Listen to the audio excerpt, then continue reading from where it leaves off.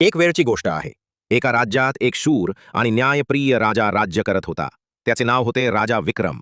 तो फक्त तलवार चालवण्यात पटाईत नव्हता, तर तो बुद्धिमान, विचारवंत आणि आपल्या प्रजेसाठी नेहमी तत्पर असणारा राजा होता. एके दिवशी त्याच्या दरबारात एक विचित्र पत्र आले. त्यात लिहिले होते, राजा, एक मोठा संकट तुझ्या राज्याकडे येत आहे. शत्रू हल्ल्याची तयारी करत आहेत. सतर्क रहा.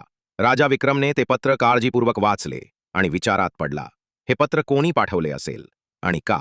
त्याच रात्री एका दाट जंगलात चेहऱ्यावर नकाब घातलेली एक स्त्री राजा विक्रमाला भेटायला आली. तिच्या डोळ्यांत धैर्य आणि वेदना स्पष्ट दिसत होती.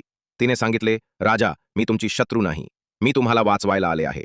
राजाला आश्चर्य वाटले, पण तिच्या बोलण्यात सत्य आणि प्रामाणिकपणा जाणवत होता. त्या स्त्रीच्या मार्गदर्शनाने राजाने युद्धाची तयारी केली. ती स्त्री त्याला शत्रूंच्या गुप्त वाटांची माहिती देत राहिली. जेव्हा युद्ध सुरू झाले तेव्हा दोघांनी मिळून पराक्रमाने लढाई केली.